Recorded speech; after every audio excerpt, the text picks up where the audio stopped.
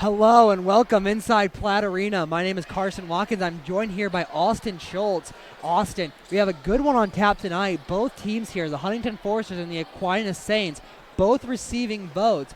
Foresters ranking incredibly high and doing incredibly well on the offense, but on the other end of the court, we have Aquinas as a defensive team. What are you expecting from this matchup tonight? Yeah, Huntington knows how to make their shots. Some quick numbers. They're 15th in free throw percentage, 18th in field goal percentage in Division II. And for Aquinas, they're 6th in three-point defense and 23rd in total blocks, so they definitely know how to close out their defenders. So let's get to some starting lineups, Carson. We have some action on the court, a little bit of a delayed start, but we got it anyways. Right now we're going to see Hamill take the ball. She's going to toss that one off to Fryman at the corner. Sends that one into Bo. Fryman's going to go drive in. No good. Yeah. And that'll be recovered. As we see, we were going to talk about for the pregame opposing some technical difficulties. Sarah Fryman is leading Division II in scoring. So as we see, Huntington looks to get the ball in her hands, and she looks to get the ball on the bottom of the net quick to start the game. Yeah, and also on the other end of the court, we're seeing Kamara Williams, my apologies, and that'll be a missed shot right there, and both recovers. But she's also ranking very high in defensive percentages. So we're going to have to see, because it looks like she's going to match up with Fryman here. So definitely the strong offense and the strong defensive players are looking to guard each other tonight. So we're going to see how that matchup plays out.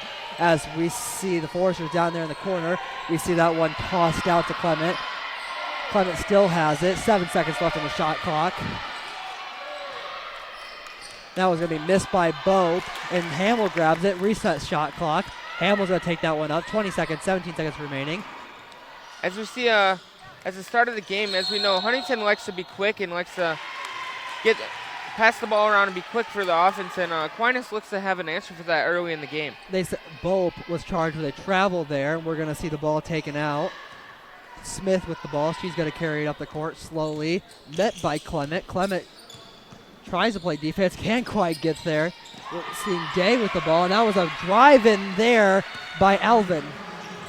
For Aquinas, the first two possessions, we've seen them definitely go into the paint. So they're looking to attack Bope in the paint and see if they can get a foul call, or maybe go up strong and see what they can do with her defense. We're going to see a call here. Bope got the shot off, but it was a charging foul, so no points there. About 2 minutes in, Forrester still scoreless. As we see Smith take the ball up again. Smith drives after she gets past the line. She tosses that one out to Williams. Williams drives in, is not fouled, surprisingly, but the ball did hit off the Foresters, and that will remain Saints ball. Yeah, for the pregame show, we talked about how Aquinas looks to get their hands up on their defenders. Reverse the roles right there, and Huntington definitely getting their hands up on their opposing shooters and getting the block right there. Sarah Fryman pick up that rebound and send it over to Sam Hamill. She charges up court with some speed. Hamill playing tough. She sends that one out to Bo. Bo to Clement, goes for the three. No good, in and out. Recovered, rebound right there by Alvin. Yeah, Clement looking to have a three-point shot right there. She was open, so good shot call. I think Lori would be okay with that shot. Coach Kohler would be very happy with that shot. I think she might have been a little bit happier if it would have went in, but you know, if you have to make that shot, you need to make that shot. And we're going to see what Sam Hamill can do here. She takes it. She does a little bit of a zigzag move up the court. Surprisingly, not exactly sure what that strategy is, but happy to see it play out. Right now, we see Moore with the ball. Moore sends that one back to Hamill. Hamill drives in behind the back. Macer breaks her ankles and gets two. That's the first bucket for Huntington about 3 minutes into the game. So obviously both teams are locking down their defenders and making sure that their opposing team doesn't have an open shot. We said it was going to look to be a defensive versus offensive game, and that's exactly what we're seeing. And a foul right there on number 2, Williams. Let's see here. Right now we're going to see Moore send that ball out to Hamill again. Hamill's gotten the chief duty to take the ball up the court this year, and she does it with some passion, too. You know, we see how great of a ball handler she is. Fryman as well, but definitely a lot of good passing right now by the Forsters. Hamill grabs it up again. She takes that one, sends that one out to Moore. Moore's going to send that one back to Fryman with a short little pass. Fryman, step back, long two, hits out the front net, no good, and it bounced off a couple of Aquinas players, and after Sam Hamill went for her own rebound, it was no good. Right now for the Saints, we have Jalen Williams coming in, as well as Destiny Lewis. And also, as a last-second substitution, we have Marissa Brady coming in. And then yet another substitution. 4 out of the 5 starters substituted right here. Kaylee Ford comes into the game. Yeah, I think Aquinas' head coach, Brian Morris, being his first season, I believe that he's going to try to get this second squad in, see if they can produce some energy and see if they can get some baskets to fall. You know, the starting squad came in, produced some great defense, only allowing 2 points from the Huntington Foresters. And let's see if they can capitalize and do the same thing that their starting squad did and not allow as many buckets as Huntington usually gets in the first period. Sarah Fryman got a bucket there for 2. We're gonna see a made shot there. Couldn't quite tell by Brady. My apologies. Yeah, that was Brady actually. Sam Hamill takes the ball up the court. 4-4 here with 4 minutes into this matchup. As you mentioned before, Sarah Fryman scored the last bucket. It's not that Sarah Fryman is a good perimeter shooter. She is also great in the paint. She knows how to have great ball handling skills, and she knows how to get to where she wants to go on the court. Charging foul for the Saints. A little bit of a disagreement. Coach is talking to the official. Not going to matter. We're going to see a substitution come in yet again. Jordan Wigg will take the court. Right now we see... Looks like Aquinas' coach, Brian Morris, looks like he wants to get everybody from the bench into the game. Looks like it. Right now we're going to see Bope get the ball stolen in the paint. She tries to toss it off. A little bit of a risky move there by Morris. She was looking for the pass and started running up the court. The ball was right by her. She probably could have recovered that. Nonetheless, the play continues. And a great stop there by Hamlin. Gets it out of bounds herself after blocking it. Great stop there by her. Right now we're going to see Hamlin with the ball again. Goes up to about the 3-point line. She sends that one over to Moore. Moore sends it to Fryman for a 3. No good. And that one's going to get sent out of bounds.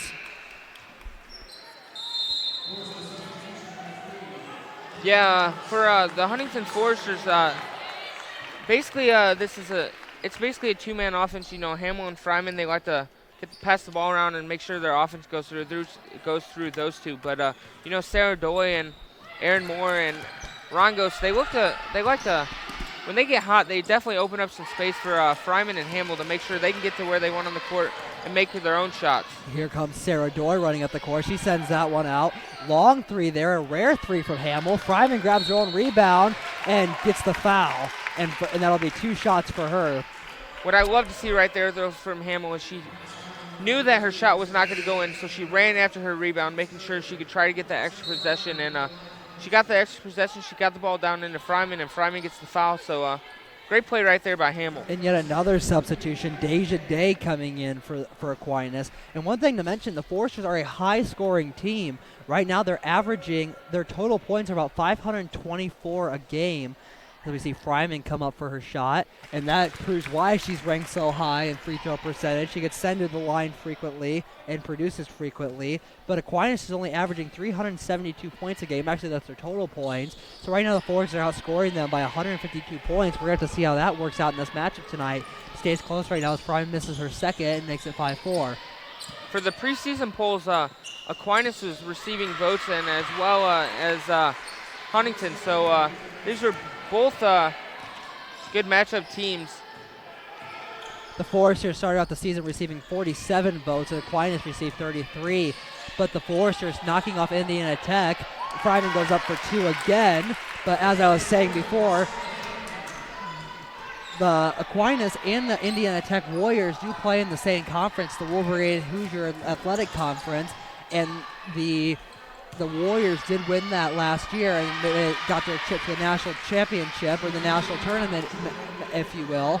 So obviously the Force have a tough matchup, but this next poll is coming out in less than 10 days, or less than a week actually. So we're going to have to see if the Force can sneak into that top 25. Yeah, like you said, Aquinas and Indiana Tech plays in the same conference, but Foresters got their season off on a great note, knocking off number 4 Indiana Tech, in Platt Arena. That was a great way to get their season started, and they haven't looked back, going 6-1 their first 7 games. That's a great way for the Foresters to start their season. Rongo's got a 2 from the paint, and now we're going to see the Aquinas, and we're going to see a long shot there, no good, and Aaron Moore picks up the rebound. Sends it over to Sarah Doy. She's been dominant as well. Sarah Doy goes into the paint and gets a nice layup there. Doy wasted no time when she got that ball in her hands. She went straight to the paint and got the easy layup. Right now we're going to see Deja Day with the ball. She sends that one over to Ford. Ford goes to the three-point line, sitting right above the S in the Foresters. Sends that one right back over. Great defense here by the Huntington Foresters, closing out on their defenders, making sure they don't get any easy shots. Sarah Doy charged with a hold, and that'll be Aquinas ball. As a whole nother line of substitutions come in. I don't know, this broadcaster's voice is getting a little bit tired saying all these substitutions, but you might as well just say the whole second squad comes in. I think that's what it was, just about. So we're going to have to see how that. Now, what is the strategy here, Austin? What do you view the strategy as? Okay, with all the substitutions. For first-year coach Brian Morris, I see the strategy being, he wants to get everybody in the game, and he wants to get everybody acclimated to make sure they get their feet wet, and they so when they come out in the second half, he knows mainly what lineup he's going to go to and what's working best for the Aquinas. So I feel like he's making sure he gets both squads in, and he sees what squads produce the most energy, so he knows what to turn to in the second half. Also, we see Foresters with not too many substitutions, so we know that's going to have to be an energy issue at some point. As we see, Rongos has the ball. She sends it to Fryman. Fryman all the way to the corner to Sam Hamill. Does a little spin move there. Sends that one way back to Doy with a long pass. Rongos takes it. She's going to go in with a layup. Goes too long. She falls to the ground, but now here comes Day. Day with a behind-the-back move. Almost collides there with Fredrickson. Not quite, though. Good thing. Smith has the ball, doing some great ball handling. Right now we're going to see Aquinas at the court. We see Alvin out there.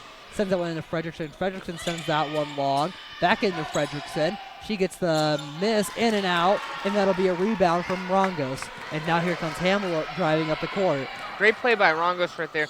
Boxing out on her defender, making sure she's going to get that rebound when the shot goes up, and she makes sure she gets that rebound. A little bit of suspended action. We might have heard a whistle. So did Sarah Fryman, but she looked over the ref, and the ref said keep going. As we're going to see Miller take the ball up the court. She sends that one over to Day. Hamill almost gets a hand on it. She makes about 4 Forester defenders and gets the foul. But now we're going to see Day go to the line for 2. With a substitution, looks like Deja Drake is coming in for the Foresters in favor of Aaron Moore, who had a great first quarter. Obviously, two free throws right here going to the charity line could be good for the momentum of this Aquinas squad. Yeah, Huntington up 11-8. They've both teams have had some action back and forth, little runs here and there, but Huntington's got the edge of the first period by 3 points with 2 minutes left. Second shot up. That one will be good. Strikes within 2. And another only one substitution this time for Aquinas. We're going to see Kaylee Hilton come into this matchup. Now Hamill takes the ball. Heck, the people on Aquinas might not even sit down on the bench. You might as well just stand up. Hamill takes the ball, sends it over to Fryman. Fryman looks for Doy, can't find it. Step back, long shot, no good off the rim. Great rebound there from the Foresters. Doy takes that one all the way back, almost near midcourt, sends that one to Hamill. Hamill playing tough. And a call coming in here. That'll be Forester ball. Some sort of reach-in, it appears. That reach-in was on Miller for Aquinas. And the reason why Huntington got that foul call was because of Rongos' rebound. She made sure she boxed out her defender, and she got that rebound, passed it out to Doy. Doy found Hamill, and Hamill got the foul call for him. Fryman got the ball off her foot, and now that's going to result in a jump ball, and possession was the Saints, so they will grab the ball back. Right now we're going to see the ball come back in. Ball goes up to Smith. Hilton close in front of her now. She was behind there for a second. Smith holds the ball. She sends that one. Hamill's going to knock that one out of bounds. Now we're going to see Aquinas with another inbound here with 1:25 left on the clock. A 2 here ties to a 3, takes the lead for them. We're going to see Smith with the ball. She starts dribbling it near the midcourt. Not quite. Hilton has the ball. Hilton's just going to carry it. 14 seconds remaining on the shot clock. Sends that one back out to Smith. Smith directing, only has a pick there. Goes in there. If she's going to be boxed out, that's going to be a foul on Sarah Doy. There was a little mismatch right there. Doy being a smaller person, they definitely got the mismatch right there. So they look like Aquinas found their person, got the foul call on him. That's absolutely right. And right now we're going to see Fredrickson. And now we're going to see Destiny Lewis come into the match. And now we're going to see Sarah Doy take a seat. And Erica Zook is going to come into this matchup. This might be the first time in the first period I see color match Brian Morris with substitutions. Not quite. I don't think in all my years of watching basketball I've seen 4 people come in for 1 substitution. So that was definitely interesting. That's going to be a timeout for Lori Kohler, obviously looking to draw something up here with 1 minute remaining in this period. Austin, first impression. Yeah, being 9 minutes into the game and Huntington up 11-9, I think Huntington is making sure they don't execute any poor decisions and make sure they don't really turn the ball over. And maybe leading to some extra possessions and some loose foul errant passes. But I feel like Aquinas is doing the same thing. Aquinas looks to get the ball in the paint a little bit more. They've been doing that, but Huntington's also been playing some great defense to make sure they get their hands up. And that's why the score is 11-9 with Huntington up with 1 minute left. Now Coach Kohler this Saturday was able to net her 600th win here at Huntington. She is in her 34th season, and what a storied career for her. That's incredible. She's the most winningest active coach in Division II basketball. That's absolutely right. If you walk the walls here inside the Plex, you'll see her picture from the 1980s until now as a player and as an athletic director. So what a career here. I think we might have to name something after her when she retires, if she ever does. Yeah, who knows? She might never retire. That's like Platt as well. Platt's got this arena named after him.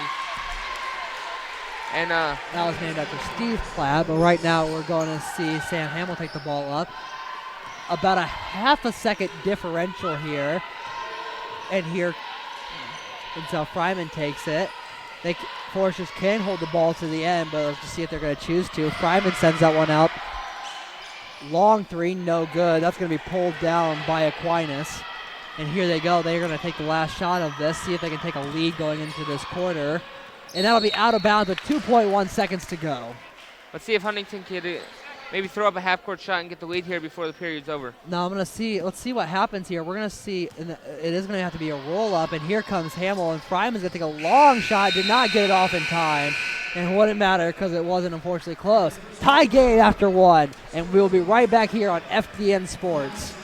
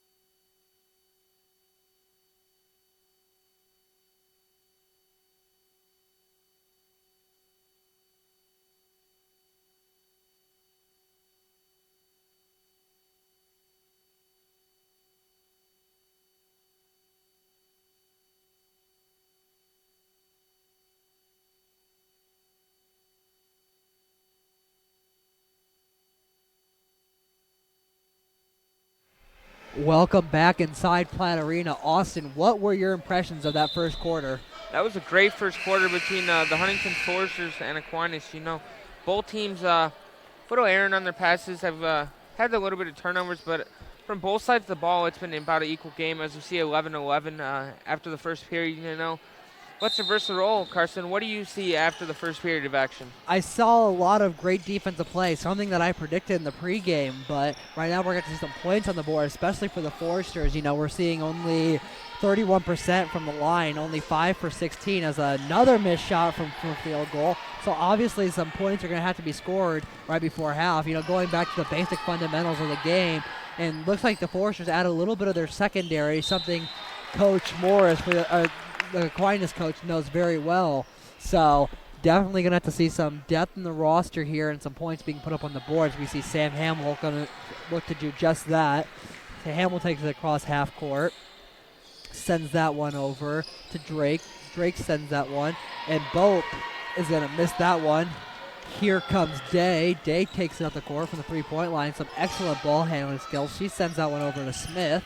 Smith sends that one back to Alvin. Alvin's going to look for a shot here. Can't quite find it. Sends that one up to Williams. Williams tries to do a little box-out move here. Takes a shot, and that'll be good.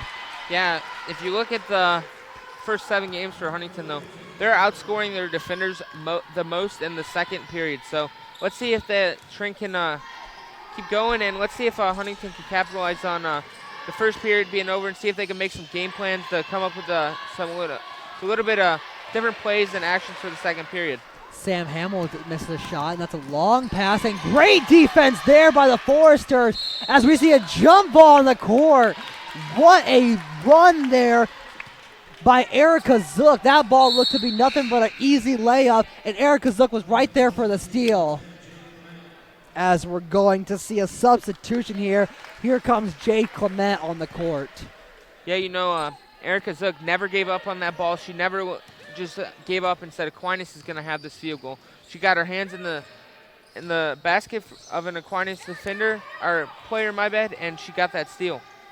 That was a great shot by her, and here comes Bope from pass from Hamill. Hamill sends that one over to Zook. Zook sends that one out. Here comes Hamill again, charges in with a spin move, goes up for her own shot, and she bangs that one in. Tie game yet again. It's my famous line. Hamill put her right there in the spin cycle. Might want to get that one trademarked as we see another shot from a long corner.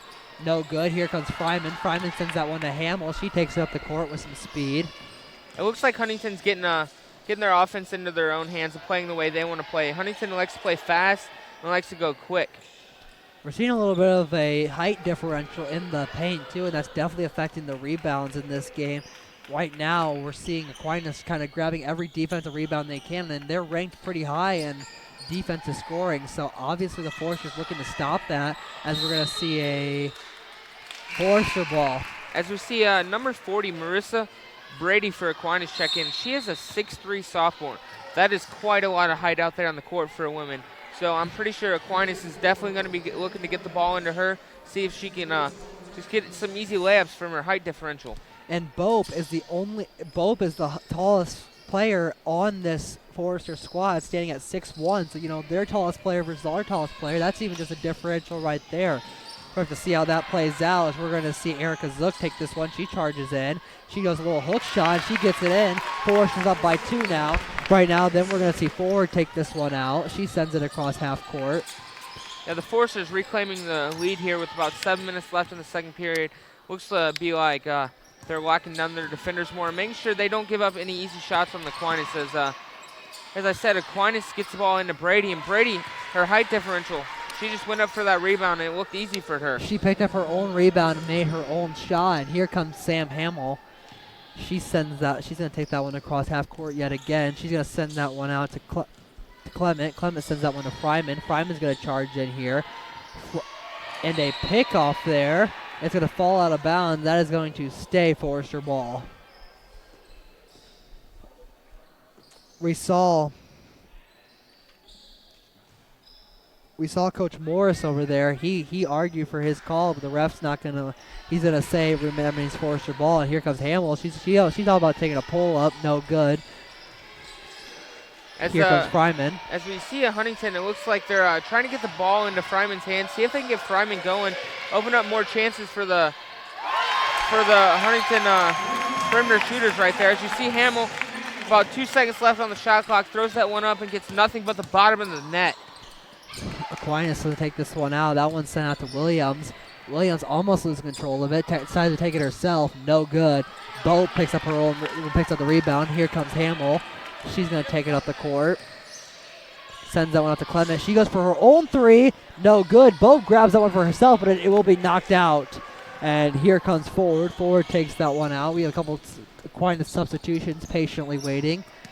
Right now we see that one pass out to Williams. Williams, that's going to be a kick ball on Sam Hamill. Wait, you just said only a couple? I see 3 coming in. That's almost make that 4. Another complete. The only player who's going to remain on the floor is Destiny. Never mind, Destiny Lewis. A complete sweep. A complete new. All right, let's see who that question is. I don't even have time to list all these off. I think you'll have to see that one for yourself if we're going to see that one passed out to Smith. Smith sends that one into Alvin. Alvin took that one into Fredrickson. Fredrickson sent that one out to the corner. And we're going to see Miller with a long three. No good. And that'll be picked up by the Foresters. Great box out right there by Bope. You know, Fredrickson is even taller than Bope, but she made sure she used her body and used her body well so she can go up and get that rebound. And Bope does it again. And we're looking for a call here. Not quite sure. It appears to be a charging foul because there will be no Forester point scored. The ref never actually officially came over to the scorer's table. I believe that was a travel call on Bope. A travel call, so that's why it was not a foul. So that makes more sense. I see that ball passed in to Smith. My apologies, that was not Smith, that was Day. And that now she'll cut this lead within 1 with less than 5 minutes remaining in this half. Here comes Sam Hamill. Sam Hamill takes that one across. She sends that one over to Fryman. Fryman almost loses control of it. Does a behind the back move. Double guarded. And gets the steal, and a jump ball yet again. We said it. We knew this Saints team was going to have to shut her down with their strong defense, and that is exactly what they have done here today as Bope takes a seat in favor. As we see Sydney Intercrone coming in and getting her first action of the day. Let's see if Color's looking to create some perimeter shooting right here. Sarah Fryman also took a seat, so we're going to have to see. You know, that was obviously, it had to be a frustrating half for her, you know, with one of the best scorers, the best scorer in the NAIA right now. Obviously incredibly frustrating, but, you know, that we've seen her double team, triple team. She could not find that basket, and that's exactly what the Aquinas had to do to win tonight. What I love about Fryman, though, is she does not give up. She will come out in the second half and still play aggressive as she did in the first half and see if she can get the shots that fall the first time. Sam Hamill sends that one in, and we saw right there, we saw Intergrone take that shot, and she made it, cutting this into a three-point game. About 4 minutes remaining. Intergrone just coming in off the bench, you know. I feel like Color found a mismatch right there in the paint, and she put Intergrone in, knowing that her a little bit taller size, her height differential might play a role in the paint. Long shot there, no good. Sam Hamill picks that one up. And Sam Hamill takes that one down herself. She sends that one out to Clement. Clement sends that one out to Zook. Zook sends that one into Rongos. Rongos back to Hamill. Hamill looking for something. Finds Zook. 14 seconds remaining on the shot clock. Needs something here. Looking for a pivot. Stolen right there by Day. Day takes that one in. She's going to get her own layup. Cutting this into 2. And a timeout for the Saints.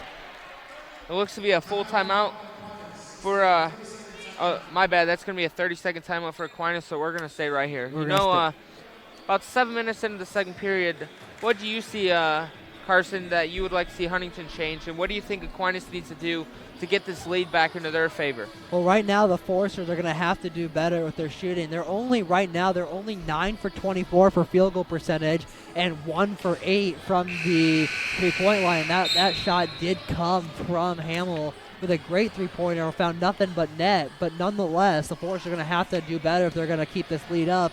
Only 49 points scored so far, or my apologies, 39 points scored so far in this game. And Aquinas is going to have to play the great defense that they've been doing this whole game, as we're going to see Sam Hamill and Erica Zook take this one out and send it across court. You know, Morris calling that timeout. Let's see if that gave an opportunity, though, for Collar to draw up a play coming off the timeout and see if they can get some points on the board. And right now we're going to see Clement with the ball. She sends that one over to Rongos. Rongos going to drive in. She takes a shot.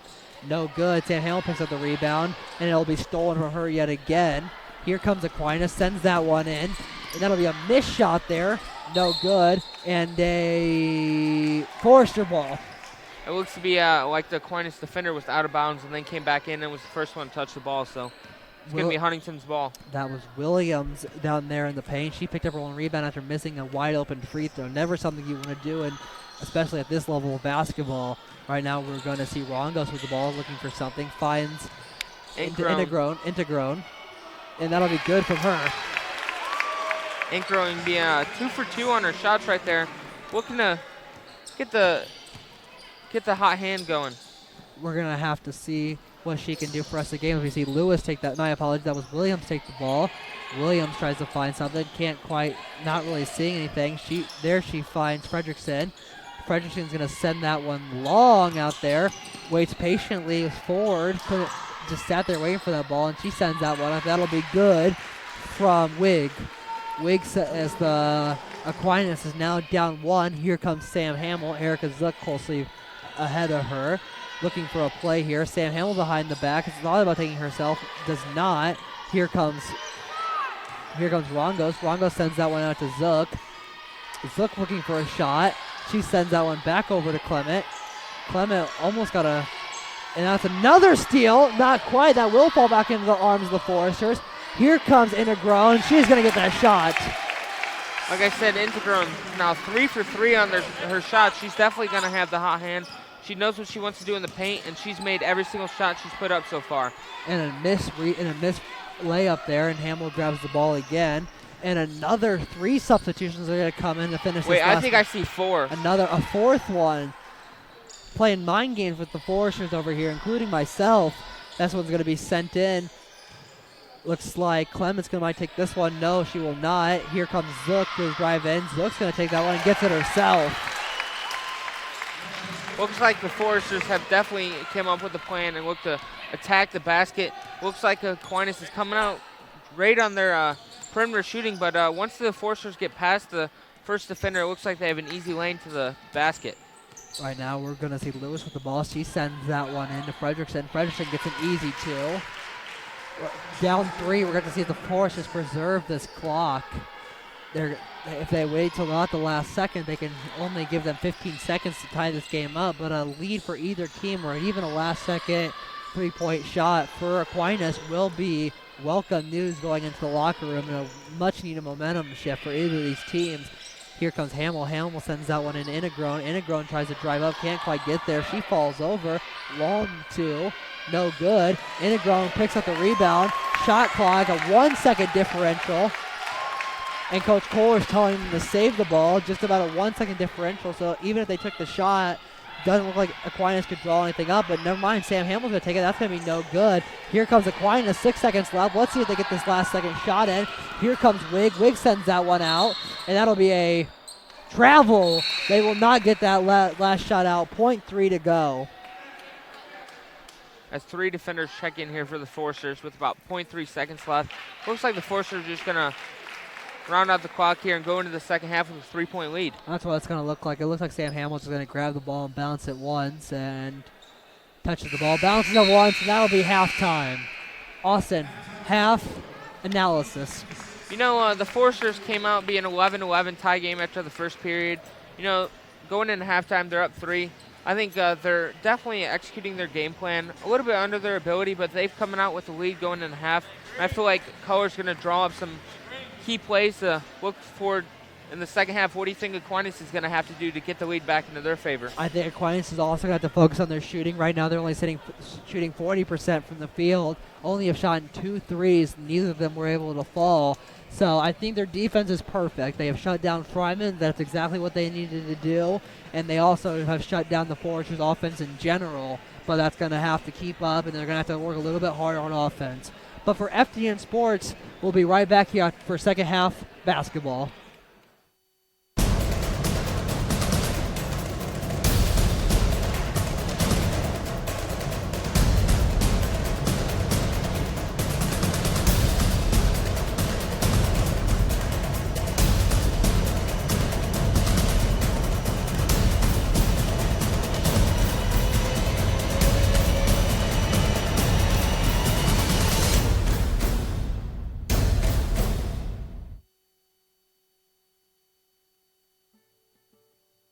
What's the number one goal for many high school athletes?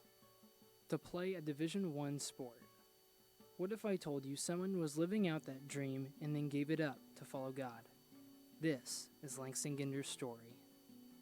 Growing up, I played at Carroll, which was we were pretty competitive. We had a lot of good people, and then with the help of that, and then alongside of my coaches with the Summit City Sluggers in the summer, we went to different tournaments, and we would play in different cities, and there'd be some cities or like some tournaments would have more scouts per se, and you just go out, play the game, try to win a tournament, obviously.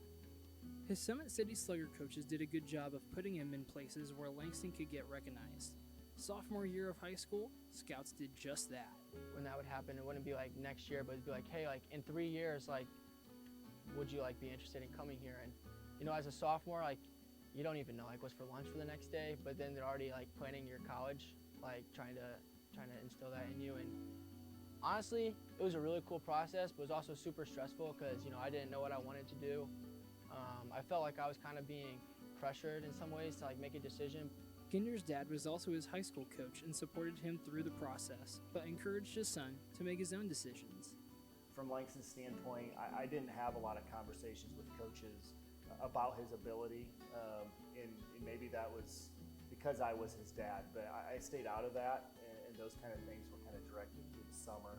I always felt he was a kid that played hard, understood the game, and did a lot of the little things that made for a really solid baseball player.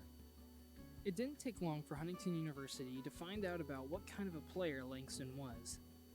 He was still small at the time, but I remember hearing a lot about him. He plays for a really good high school. His dad runs an extremely well coached team at Carroll High School. So just a lot of connections. He played down here on this field with the Summit City Sluggers, so it seemed like wherever I went, I was running into him. That ended up not being enough. Langston later committed to play at Ball State University for Coach Rick Maloney. You know, when it came down to some of his final choices, and I remember him asking us, well, like, where do you think we should go? Or what do you think we should, you know, where do you think what I should do? We gave our thoughts on places and said, you know, ultimately it's your decision, and we trusted him with that. And so there was not a place, though, that I would say, oh, I would rather him go to Ball State than Indiana Wesleyan or another school. As a mom, I was hoping he would choose somewhere closer to home that we could go to a lot of games. That was kind of in our talks and in my heart. But, I mean, if he would have chose to go out west or something like that, that would have been fine, too.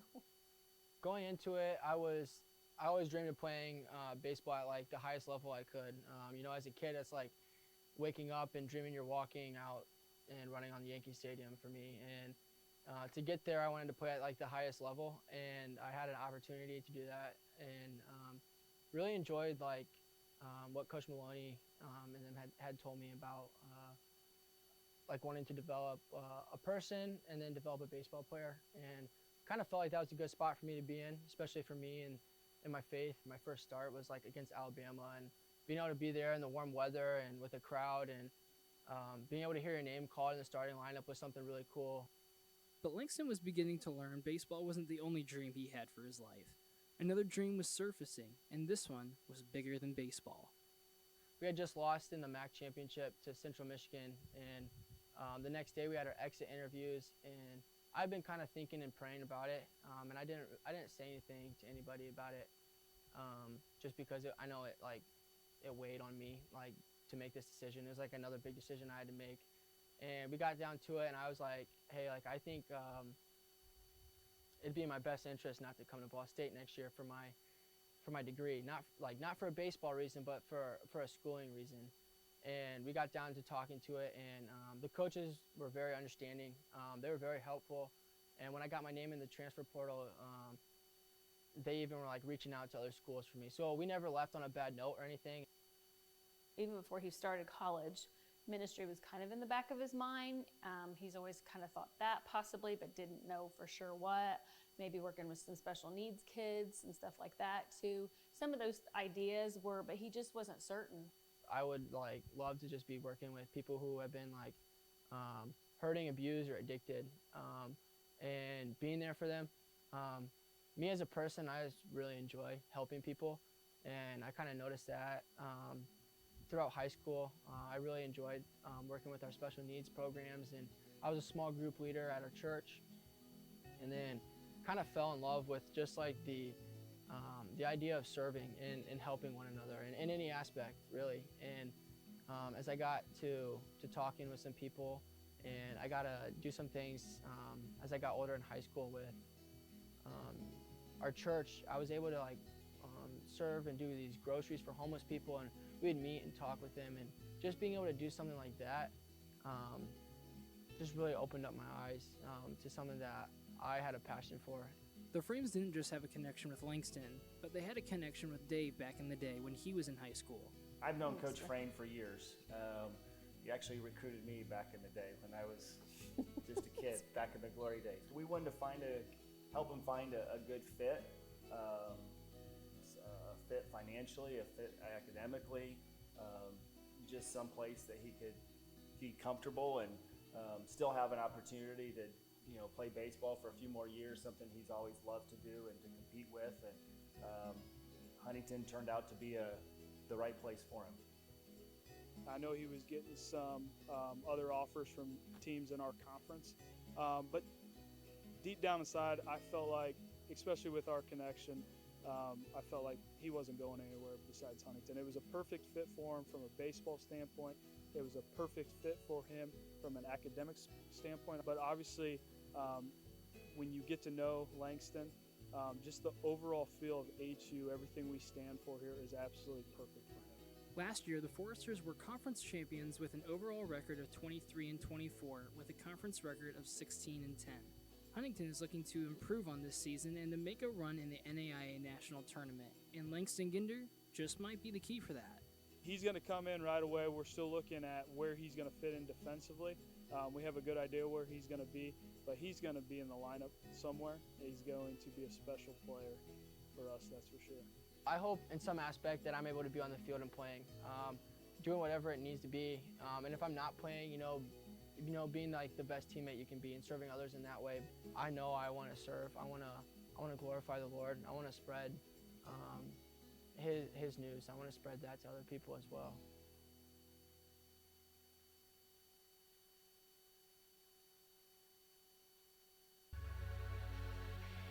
The biggest thing that has shocked me about the program is the appeal the program has across the country. We recruit kids and get kids from all over.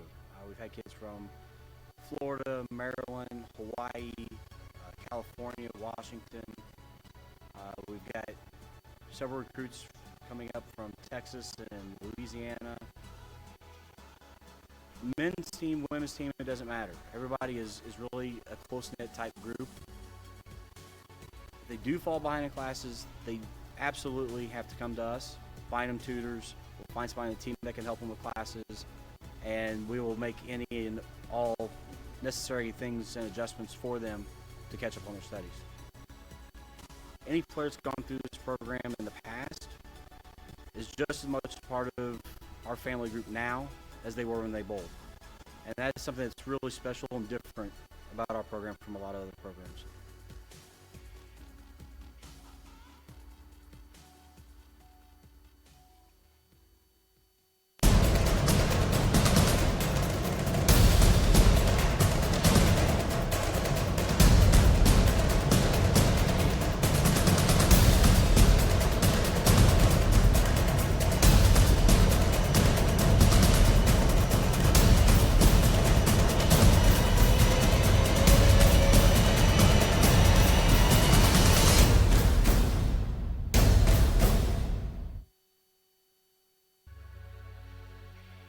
The biggest thing that has shocked me about the program is the appeal the program has across the country. We recruit kids and get kids from all over. We've had kids from Florida, Maryland, Hawaii, California, Washington. We've got several recruits coming up from Texas and Louisiana. Men's team, women's team, it doesn't matter. Everybody is really a close-knit type group. If they do fall behind in classes, they absolutely have to come to us, find them tutors, we'll find somebody on the team that can help them with classes, and we will make any and all necessary things and adjustments for them to catch up on their studies. Any player that's gone through this program in the past is just as much part of our family group now as they were when they bowled. And that's something that's really special and different about our program from a lot of other programs.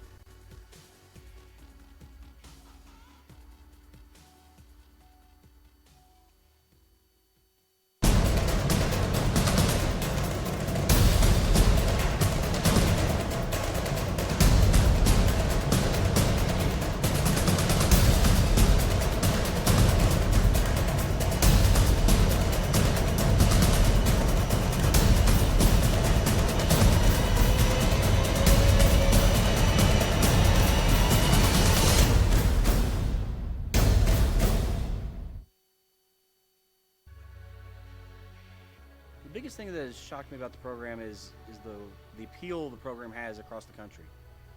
We recruit kids and get kids from all over. We've had kids from Florida, Maryland, Hawaii, California, Washington. We've got several recruits coming up from Texas and Louisiana. Men's team, women's team, it doesn't matter. Everybody is really a close-knit type group. If they do fall behind in classes, they absolutely have to come to us, find them tutors, we'll find somebody on the team that can help them with classes, and we will make any and all necessary things and adjustments for them to catch up on their studies. Any player that's gone through this program in the past is just as much part of our family group now as they were when they bowled. And that's something that's really special and different about our program from a lot of other programs.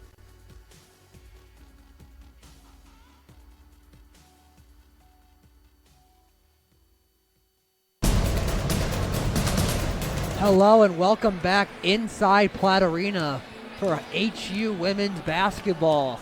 Right now we're seeing a close matchup here, a defensive matchup here. Right now we see the Huntington Foresters leading 26 to the Aquinas Saints to 20, who have 23 on the board right now. As mentioned in the pregame show, both teams receiving votes during the last poll, and we are only 6 days away from the next poll. So obviously a lot riding on this game. Austin, first half impressions. Yeah, as we talked about in the pregame show, you know, Sarah Fryman is going to be the one to watch for Huntington. And as we see Aquinas, they've definitely shut down Sarah Fryman. Fryman has only got 5 points in the first half, and, you know, she's first in Division II in total points per game and about 25 per game. And she only had 5 in the first half, so let's see if she can come out and knock her shots down in the second half, where if Aquinas can stay strong and make sure they have good defense on her. Yeah, and as we also mentioned, Aquinas has one of the best defenses in the NAIA right now. Have players leading in steals, have players leading in blocks, and so obviously that's something that they've definitely improved on. But, you know, defense wins championships, but offense wins game, and that's what's going to happen right now. They need to start getting some points on the board, matching this Forester intensity, and come away with a victory tonight. Yeah, as we see, looking at a couple halftime stats, you know, there's a Huntington 3-point percentage. They're 1 of 9 from 3 points. So, you know, they're only 11% from the 3-point line. So we're going to see if they can come out and knock some more 3-point shots down. And as we see for Aquinas, you know, they're 0-2 from the 3-point line. So they have no 3-point shots made in the first half, and they're only down 3 points. I would say Aquinas, they're coming out pretty happy with how the first half went. And absolutely, and Forester's only shooting 40% from the line, from the field goal, and so is Aquinas. So obviously it's another thing that the Foresters are going to have to focus on. Both teams are going to focus on their shooting. You know, the Foresters are 12 for 30 right now, and Aquinas is 11 for 27. So not the best numbers you've ever seen, but enough to get the lead for the Foresters, and we'll have to see how they do it here. Foresters get the ball first. They're going to send that one to Sam Hamill. Sam Hamill's going to send this one up. Closely guarded right there. Here comes Hamill low in the paint. Send it back out to Fryman. Fryman looking for something. Can't quite find it. Looking for a pass. Finds it in Bo. Fryman takes it. Almost lost control. Not quite though. Sam Hamill sends that one back in. Nice pass off there by Fryman. Fryman sends it back to Hamill. 8 seconds left on the clock. She sends it, and that's a 2 to start off his half. Yeah, you know, with Aquinas making sure that they throw some double teams at Fryman. Hamill's got to be the one that Huntington looks to go to in the second half. She's got to be the one that can make her shots when, they're double teaming Fryman. And, if she can get her shots going, maybe they'll quit the double team on Fryman and Fryman will be man-to-man again. And right there, we're going to see another three-point matchup as Aquinas drives in for two. Here comes Sarah Fryman. Fryman sends that one into Bo. Bo's going to charge in there. She's going to get that one, banks it off for another easy two. Great play right there by Bope. Be a matchup with the taller Fredrickson. She's got to use her size and use some agility to get the layup she wants, and she definitely did that. Right now, we're going to see a long three there. That was made by Deja Day. Right now, we're looking at a shootout. Shot, make. Yeah, both teams 100% from the field right now. In the second half. Both teams have definitely came out with the game plan, and they're definitely executing. As we see Hamill take that one just outside the arc. She's going to take that one in, looks for Bope inside. Another easy two for her. Right now, and here comes Smith. Smith's going to take that one. She sends that one out to Alvin. Alvin looking for something inside. Sends that one into Fredrickson. Fredrickson kind of blocked off there by Bope. Sends that one back in the Day. Day looking for... Day made the shot. My apologies, that was Williams who passed it to Day, and Day finally makes the shot. Once again, every possession, someone's making a shot. Here comes Hamill. Hamill sends that one way over to Clement. My apologies, it's not Clement, that is Moore. And Moore misses the shot there. Looks like both teams are evenly matched in the second half so far. Making their shots. Looks like Bope and Fredrickson is going to be the matchup to watch here in the second half. Both teams are looking to get the ball into the centers and, get some easy layups on the board. As we go into timeout right here, Huntington has got a 1-point lead, but let's see what teams can draw up and come out and execute with, and see if Huntington's going to extend the lead or if Aquinas is going to claw back and get the lead into their hands. It's only a 1-point game right now, so obviously the Foresters having strong interest right now in getting back on the side of the court and making a shot and just keeping this lead keep going. As you mentioned, not a lot of misses right now if you haven't noticed. Actually quite a few just going in and pulling a great offensive rebounding show right here. So this obviously looks like it's going to be a second half shootout. As we see the Aquinas come back to the floor. As one thing that we mentioned during the first half, quite a few substitutions coming in for Aquinas. Even a couple times sending entire teams out to the bench just to send a whole nother team back in. Yeah, that was a sight to see. Aquinas maybe trying to play some mind games with Huntington. But Huntington's got a 1-point lead, and let's see if Color drawed up a play, and let's see if Huntington can execute coming off the timeout. We'll have to see what happens. You're correct, Austin. As we see, Hamill's going to take this one out. And Hamill takes that one. She's going to start walking with it. A little bit of a step there. Hamill finds Moore out in the corner. Moore's going to send that one to Bope. Bope sends it back to Hamill. Hamill's going to drive in. She finds Bope in there. Bope is going to be blocked and fouled. What you can see, though, is as Bope made some two easy layups, and Aquinas comes in and they get their taller player, and they get number 40, Marissa Brady, who's a little bit taller than Fredrickson, to come in and check into the game. And Huntington still goes to Bope, and Bope gets the foul call right there. Yeah. Brady has a good 2 inches on Bope, and Bope didn't care. And that one's going to be sent out to Ford. Ford's going to take that one out, closely followed by Williams. Sends that one out to Wig, and that one's going to be out of bounds, Forester ball. Great defense right there by Bope. Playing both sides of the ball, making her free throws come down, playing some great defense, causing an errant turnover right there by Aquinas. Sends that one to Hamill. Great offensive opportunity right here for the Foresters to make this a 2-possession ball game. Sends that one out to Zook. Zook sends that one into Fryman. Fryman sends that one into Bope. Bope's going to look for it, and not quite there. Hamill gets a hand on it, not quite. And let's see what Aquinas does here if they finally go for that first 3 of the game. That definitely was a heat check right there from Bope. She had the hot hand, making her free throws, making her 2 layups. They look to get the ball back to her, but Aquinas, another turnover right there. Huntington's playing great defense, making Aquinas come up with some errant turnovers. I'd like to see, if I was Aquinas, so I'd be a little bit more secure on their passes, making sure they slow down a little bit, make sure they know who they're going to pass the ball to before they get the ball off their pass. Alvin, as we see, Alvin just came into this game. Here comes Hamill. Hamill sends that one out to Fryman. Fryman sends that one into Bo. Bo sends that one out to Moore.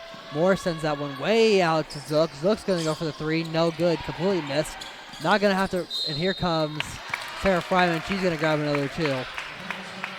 As we said at the halftime, coming out of halftime, Fryman only's got 5 points, so we're going to see if Fryman can get going in the second half and, getting 2 shots at the charity stripe. Let's see if this can get her going. And here comes Sarah Doy as well as Jada Smith. 2 substitutions coming in right now for the Foresters, or for one from each team. And here comes Fryman with her first one. That'll be good, giving the Foresters a 2-possession game officially. Let's see what Fryman can do with the second one here. Coming into this game, Fryman was shooting about 92% from the free throw line, so she definitely is confident at the free throw line. And when opposing teams see her go to the free throw line, they think 2 points is easily going on the board. Smith gonna take that one. She's gonna send that one into Day. Day gets called for the jump ball. It looked like she jumped up, but it landed again. Not called. So we're going to have to see what happens here. And here comes another substitution as we're going to see Destiny Dewell come into, my apologies, Jalen Williams come into the game. It'd be fun to see that substitution sheet for Aquinas. It would be very fun to see that. But I think I've said it enough to see how long that has to be.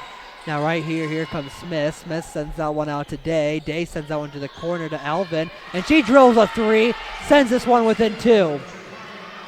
It looks like as soon as Huntington looks to pull away a little bit, Aquinas makes that 3, brings the game right back to him. As we're going to see, there goes Boat for another 2. She's on fire tonight. She got called for a few traveling calls in the first half that maybe turned her shot off. But as soon as she came out in the second half, she's been making her shots, and, they've been looking to find her. And Aquinas with back-to-back 3-point shots as they close this to a 1-point game with about 5 minutes left. So Huntington's definitely got to close out on those 3-point shots to get a hand up. And there goes, and that was another 3 by Day. I believe she made the last one. And there goes Zook to make this a 3-point game yet again. Let's see if Day has an answer here. But Smith is going to have the ball. She's looking for something. Obviously, Sam Hamill, who is guarding Day, is going to have to focus here. Sends that one out to Brady. Brady sends that one up to Smith. Smith sends that one back to Alvin. Alvin's going to send that one to Williams. Williams going to go for 2 and blocked. Here comes Erica Zook, 1-on-1. She's going to miss her layup, and we're going to see a jump ball here, Forester ball. That was a great play though by Zook. She didn't look back, took the ball right to the paint. Try to get a shot up, but Fryman, great hustle getting down with her teammate, making sure that shot didn't fall. She got the rebound. Destiny Lewis comes in with her entire crew by her side. That one's gonna be a little toss out there to Fryman. Fryman motioning to get back. Here comes Fryman with a 3. That'll be good. Like I said before, Fryman making those 2 shots at the free throw line. Let's see if she can get her shot fall. She's up to 5 points already in the second half. That's as many as she scored it in the first half completely. So let's see if she can get going here in the second half. She's finding her rhythm, and Fryman's going to take a fall there. They're going to call her for a foul, and that'll stay. I believe that'll be her foul. Yeah, it was her foul. And a timeout for the Foresters. Looks to be a 30-second timeout here for Huntington. Again, I have to ask you, 6-point game with about 4 minutes left in the third period. What do you think Color's going to draw up here for a defensive stop? I think she's going to draw up. I think she's going to know they're probably going to send that one back out today if she doesn't get substituted. or maybe she actually did it, but they're going to send it to the 3-point shooter, so they're going to have to guard them. Not exactly sure exactly what she's looking for, but she's obviously looking for a stop right here. We're going to see exactly what she's planned out here. You don't get to 600 wins with a simple mind. So yeah, as we look at a few stats here, Huntington and Aquinas are evenly with points in the paint, but second chance points, that's where Huntington's leading by 4. That if you take those 4 points away, Huntington's only got a 2-point lead, so that looks to be the margin of lead right here. Here comes Lewis, sends that one out to Williams. Williams finds Williams in the paint again. Sarah Doy picked that one up after Bope tipped it down. Here comes Sam Hamill. Sam Hamill sends that one out. Long three, no good. That'll be a foul on Sarah Fryman. And a substitution here. Right now we're going to see Deja Day come back into the match, as well as Alvin. Now we're going to see Allen take this one out. Or Alvin, my apologies. She's going to take this one out. You know, Fryman comes out for a little injury right there. Let's see if she can get her taped up. She might be a little bit bloody. Hopefully nothing too serious. That was going to be sent out. A travel right there by Alvin. Great little, she tried to get the illusion. She made a Forrester go up with it, but right after that, great trickery. Ball just couldn't find the end there. Now here comes Sam Hamill. Sam Hamill's going to send that one into Grown. Sends that one into Bope. Bope looking for something, anything. Stolen, not quite. And we're going to see a little tackle there almost. Erica Zook, that'll be a foul. That'll be a foul. Only a third foul for the Foresters, but her first. She definitely fought for that one, and you could see it. You know, I hear a lot of HU students saying that they want a football team, but I think they got it right here inside Platt Arena tonight. Yeah, you know, Huntington's definitely, love to see that energy right there by Zook, though, hustling for that ball. The intensity, a little bit of a discussion by the officials, as it looks like we're going to see Robert come into the game as soon as the next substitution comes in. Coach Kohler having a little bit of a discussion with Rob Rock, my apologies. As we're going to see Bope take a seat with a roaring approval from Platt Arena. That ball's going to be passed past the half-court line. That one's going to go to Smith. Smith looking for something. Sends that one into Alvin. Alvin sends that one out to Williams. Williams back to Alvin. Back to Williams again. And a call will come here. Saints ball. That'll be a foul on Roderick. Yeah, you know, Kohler looking to find a match, though, for Brady. You know, Brady being 6'3", it's hard to find a match in women's basketball for somebody that tall.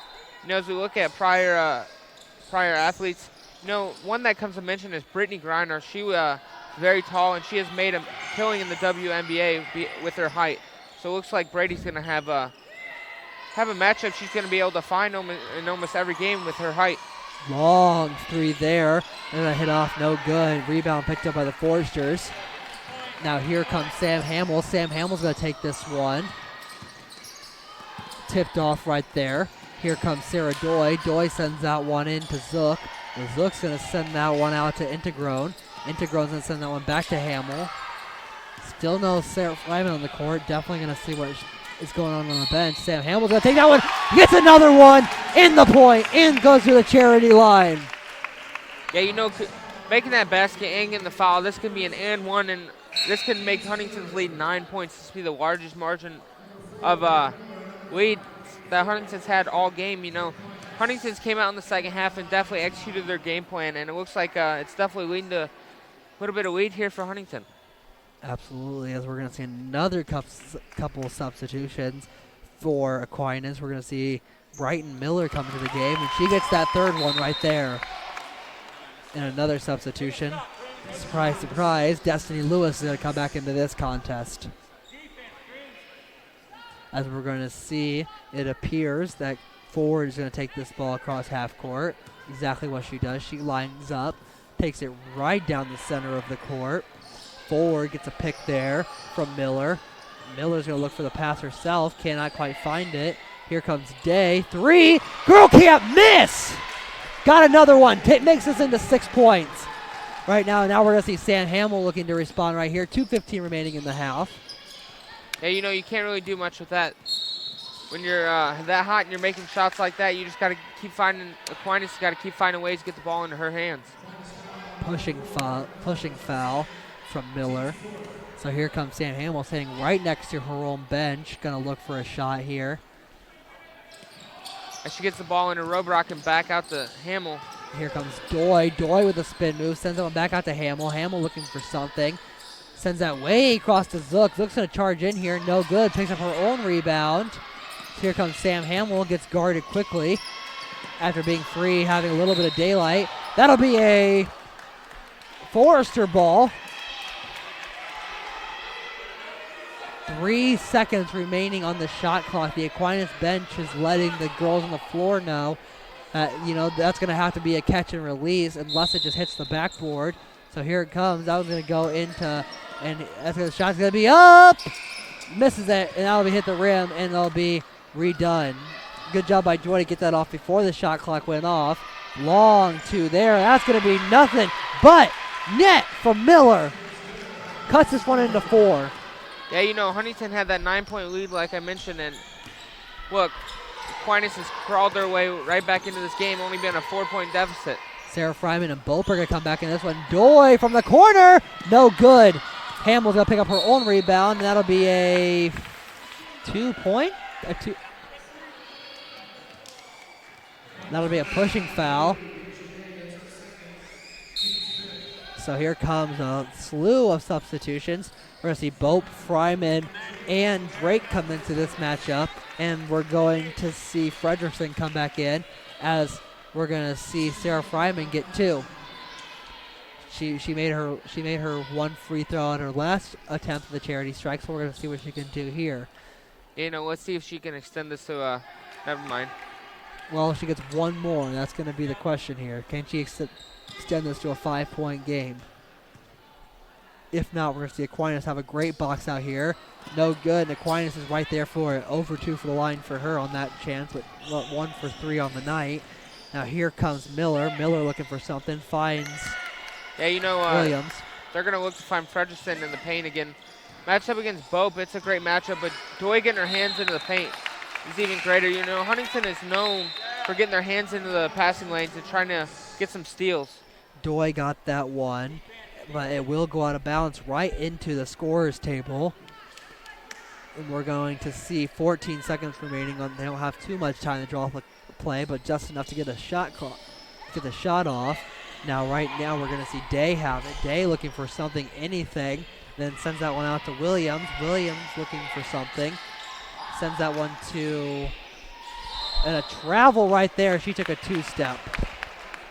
She's trying to say she pivoted, but it did look like she did do a little bit of a drag there. Yeah, you know, Huntington played some great defense right there to make sure that it's costly turnover right there for Aquinas. Right now we're going to see Lewis come back into this matchup. 50 seconds remaining in the Forrester's up by 4. Doy sends that one to Hamill. Hamill's going to start dribbling this one out. Hamill looking for something. She finds Drake. Drake comes in, finds Bo. Bo sends it right back to Drake. Hamill does not take the 3. Long 3-corner 3 for Doy. Doy finally gets one to fall, you know, being 0-for-2 in her last 3-point shots. She never gave up. She just kept shooting from the 3-point line, and that's what you need is aggression from the Foresters. You know, balls are going to whip out every now and then, but as long as you keep getting the shots up, they're going to fall every now and then. And a Forrester ball, 42-49. 7-point lead for the Foresters. This only a 0.3 differential between the shot clock and the game clock. Aquinas isn't going to take it anyways. Forrester ball. Great defense by the Foresters right there again. You know, forcing an errant shot. Let's see if they can hold the ball for the last shot and see if they can get this to a 10-point lead or a 9-point lead. Looks like Sam Hamill's going to take the ball a little bit. She's going to let that one roll, so she doesn't have to let the clock wind down. 10, 8, gets a pick, looks for something. She finds Doy. Doy's going to go for a step back 2, makes it, and the time expires. Sarah Joy getting a roar of approval, but 9-point lead. We will be right back here in Platt Arena for this last interesting quarter.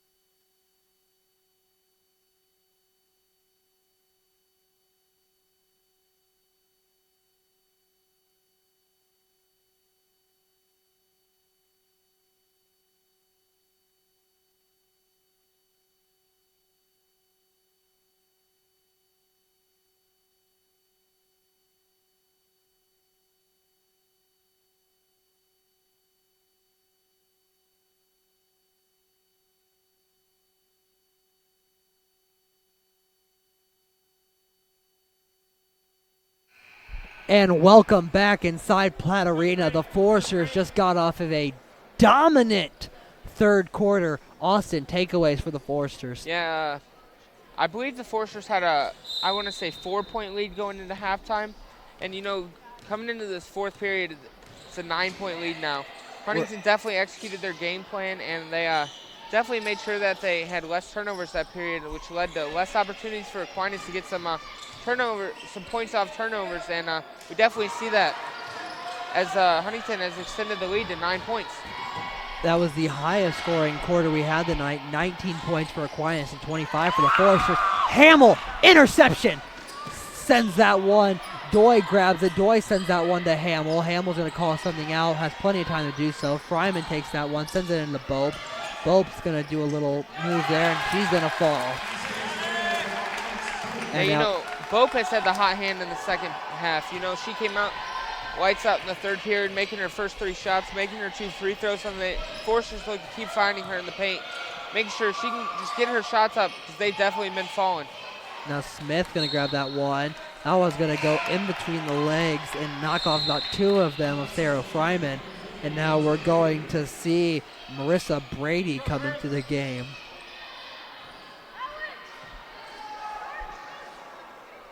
Yeah, you know, Aquinas is going to get Marissa Brady in. You know, being 6'3", that's definitely, like I mentioned before, her height definitely plays a big role in the game.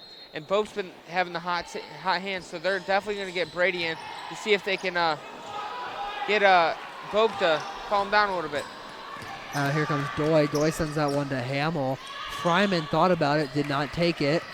Hamill gets the ball again. Gets a pick from Bope. Bope's going to send that one into... She's going to take that one herself, actually. Jump ball. Aquinas getting a little bit aggressive there in the paint. I think they were a little bit unhappy with the call on the other end of the court. I think they're going to show it right here. 12 seconds remaining. Drake took that one, and it'll be intercepted. Now here comes an easy layup for Day. Yeah, you know, a little errant pass there from the Foresters lead to an easy layup right there for the Aquinas. Let's see if Huntington can bear down on the offensive side. No more turnovers, and see if they can get their shots fall with a 9-point lead with about 8 minutes left in the fourth period. Sarah Fryman took that one. She's going to send that one to Hamill after Bope took that one. And now here comes Fryman. She's going to get blocked, and that's going to be a foul. I'm not exact. It did appear to get just a little bit of her arm. She did get a good amount of the ball, but it did hit her arm just a little bit, enough to send her to the charity strike. Missed her first 2 last time, so we're going to have to see how she recovers here. Now we're going to have to see another substitution. Now here comes Jade Clement for Deja Drake, my apologies. Yeah, you know, Hamill's the star player on the Huntington offense, so, you know, missing her 2 free throws the last time up is definitely not going to throw her off. As you see, she makes one right there from the free throw line. She's got to concentrate, make sure you get the job done.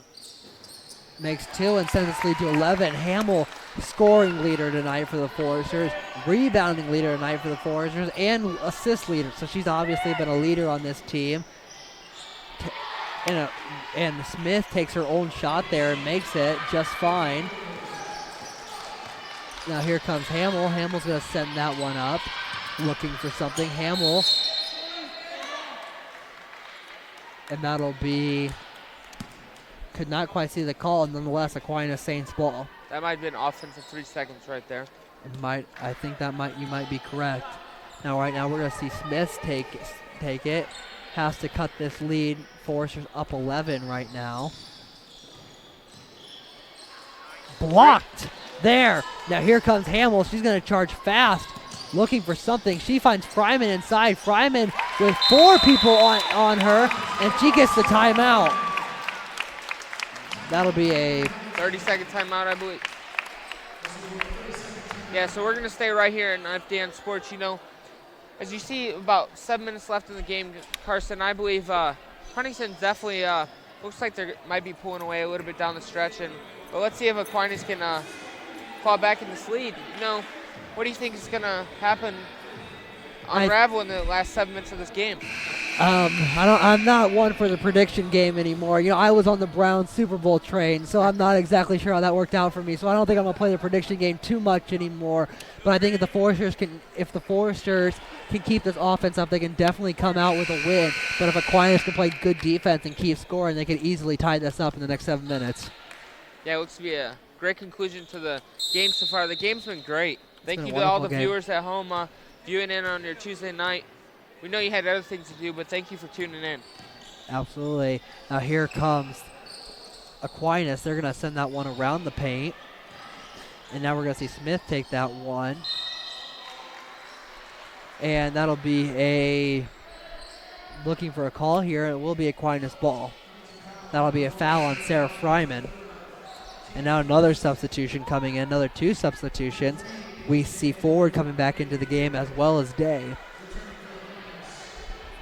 Right now the Force are shooting 23 for 50 from the field and only 3 from 15 from the 3-point line. But when they fall good. So the Force is obviously to look that up.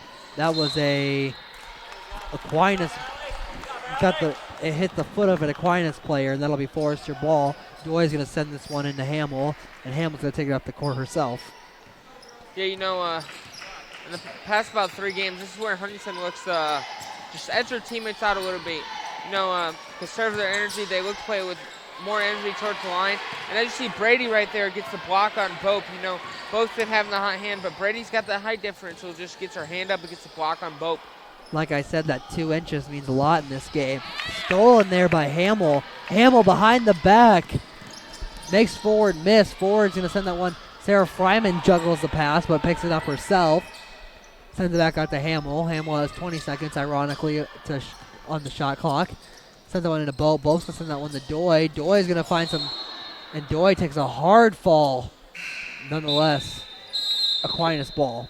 So hope everyone's okay right there. You know, Doy took that hard fall, got right back up. She did, and it looks like she did collide with a Saint as well.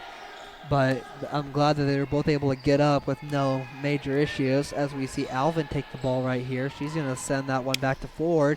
Ford sends that one to Williams. Williams to Alvin. And a little bit of a bobble there by Ford. She keeps it herself, and that'll be a double dribble. A lot of just simple, fundamental errors by the Saints tonight could definitely cost them this game, you know. Stuff we don't see very often, this, you know, travels and double dribbles and, you know, stuff that you don't really see at this level. But nonetheless, we're going to have to see what happens here. Here comes Sam Hamill, sends that one to Fryman. Fryman looking for something, can't quite find it, sends that one into Bope. That's going to be another steal. Now here comes Day. Day's going to go into Alvin. Alvin's going to miss that one. Day's going to get the rebound. Gets an extra 20 on the clock. And there's Day. She finally found the point she was looking for in that layup right now. Cuts his lead down to 9. Great hustle right there, though, from Huntington on that turnover by Bope. I've seen everybody hustle down the court. You know, hustling makes their opposing team hears that. And, you know, when you hear those defenders running down the court, that may lead to an untimed shot. Just being a little quick to get that shot up.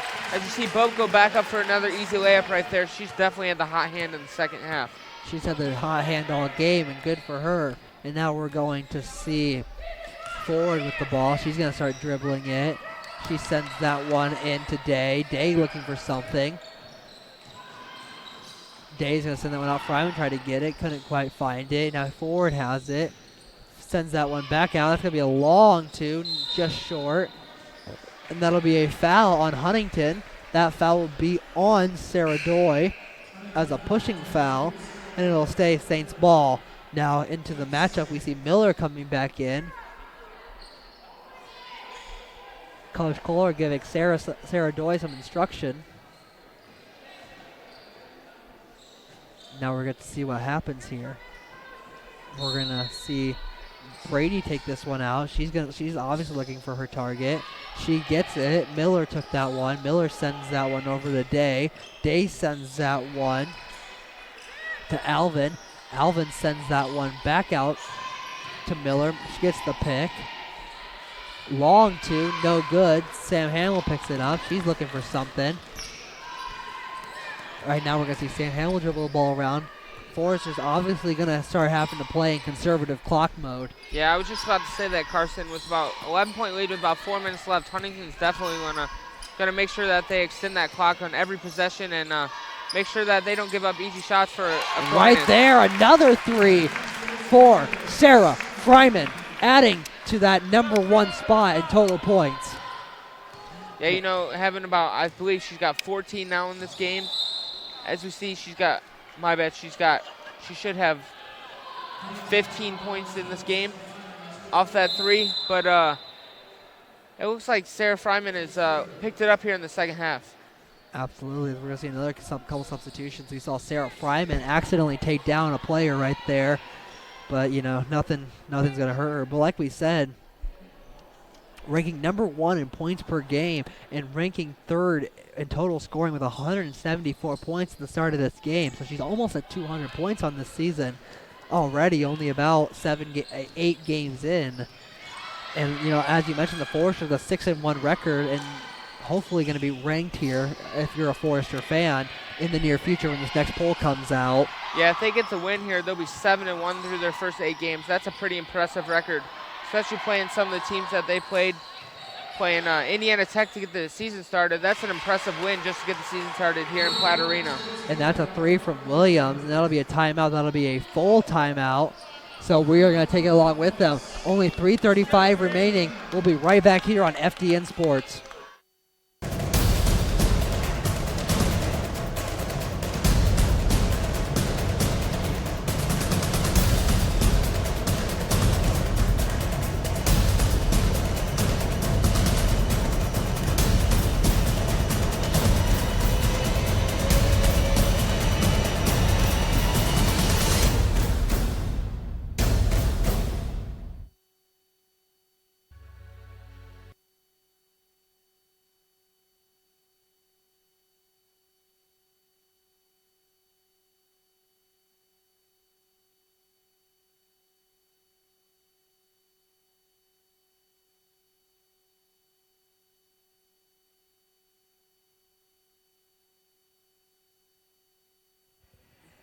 Welcome back inside Platt Arena.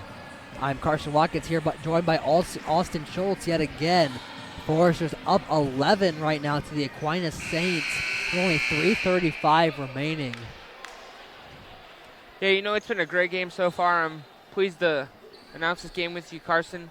But let's see what happens with the last 3 minutes and 30 seconds. It looks like see if Huntington can just put this game away, if Aquinas can claw back and make this an exciting game towards the end of the whistle. We'll have to see. You know, you can't put past anything in this game, and, you know, 11 points might seem a lot on surface, but, you know, it's like 6 possessions that the Foresters can't capitalize. It's an easy, but actually let's make that a 13-point lead as Sarah Fryman gets a jumper too. And now we're going to see Miller take the ball up the court. She's looking for something. She sends that one into Williams. Williams going to send that one back out to Williams. There's 2 Williams on this team. That might get a little bit confusing here for a minute. That'll be a foul for the Foresters. That'll be a foul on Clement. My apologies, that'll be a foul on Bope. So we're going to have to see. Coach Kohler wasn't too happy with that one, but, you know, once you have an 11-point lead or a 13-point lead, the complaints might be a little bit less.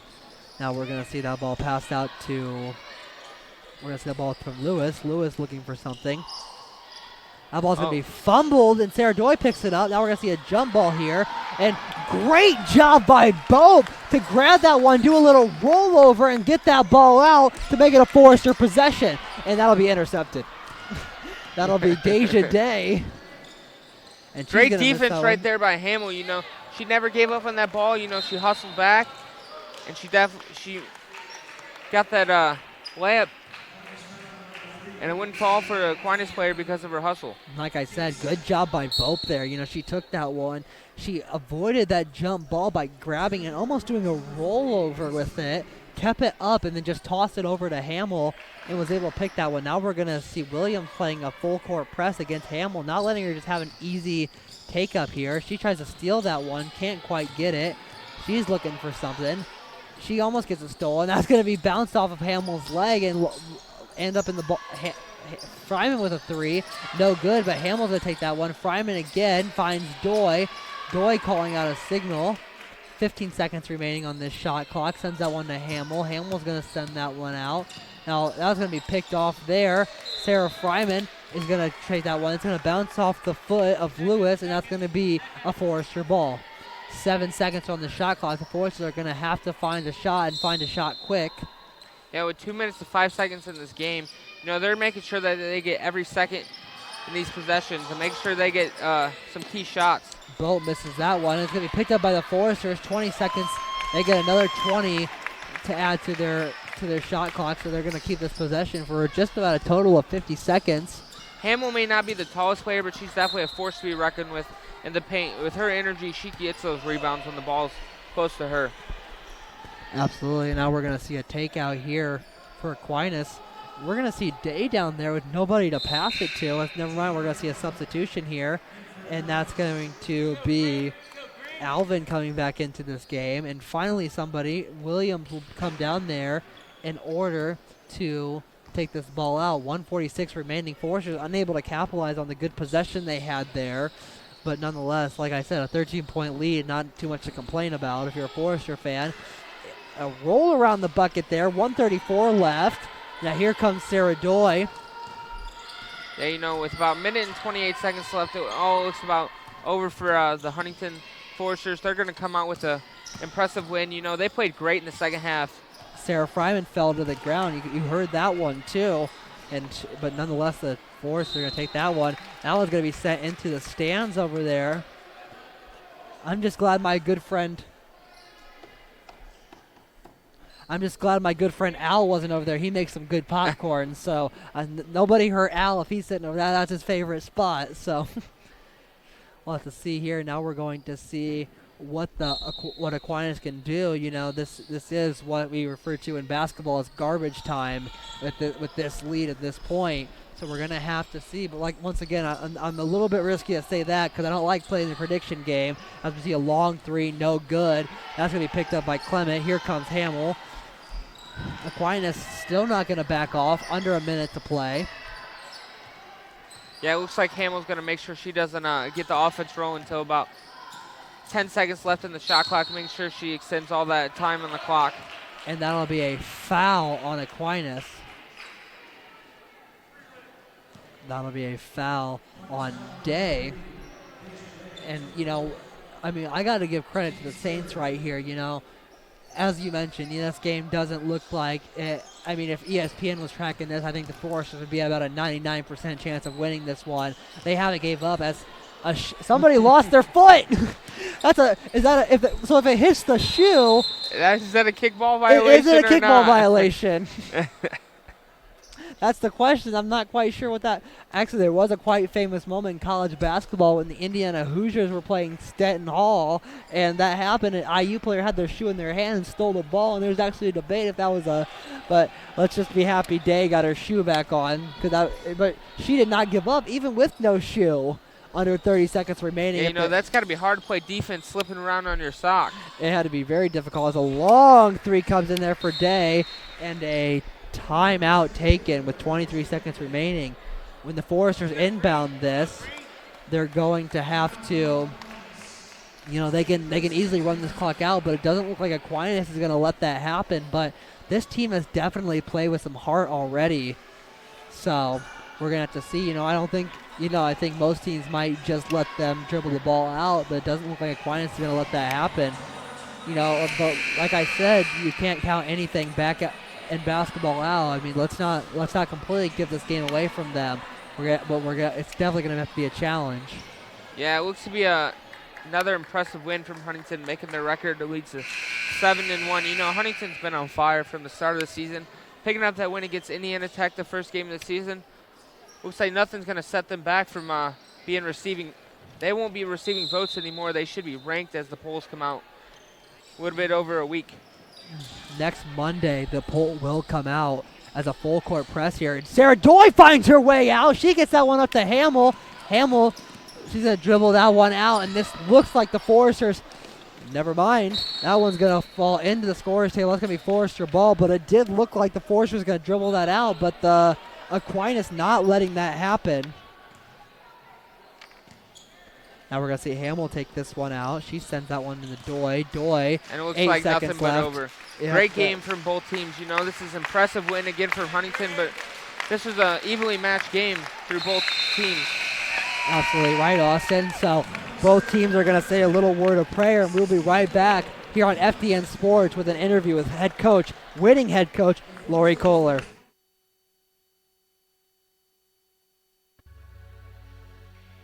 The biggest thing that has shocked me about the program is the appeal the program has across the country. We recruit kids and get kids from all over.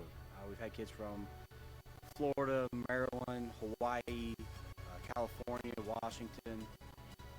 We've got several recruits coming up from Texas and Louisiana. Men's team, women's team, it doesn't matter. Everybody is really a close-knit type group. If they do fall behind in classes, they absolutely have to come to us, find them tutors. We'll find somebody on the team that can help them with classes, and we will make any and all necessary things and adjustments for them to catch up on their studies. Any player that's gone through this program in the past is just as much part of our family group now as they were when they bowled. And that is something that's really special and different about our program from a lot of other programs.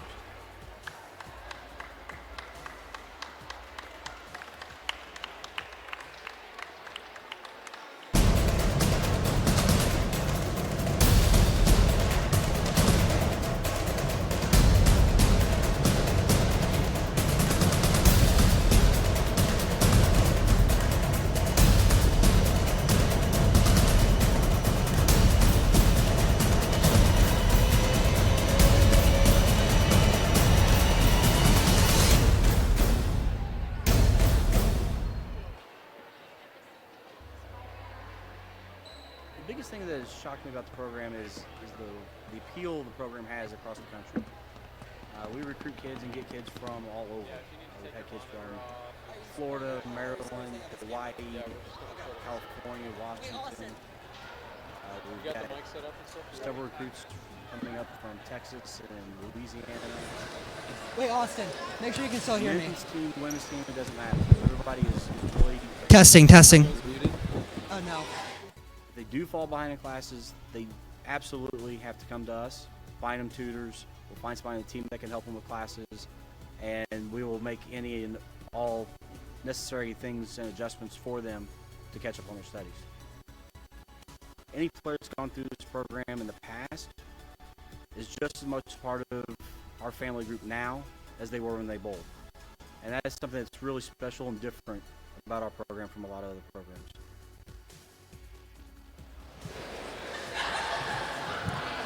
Who's going to cue us?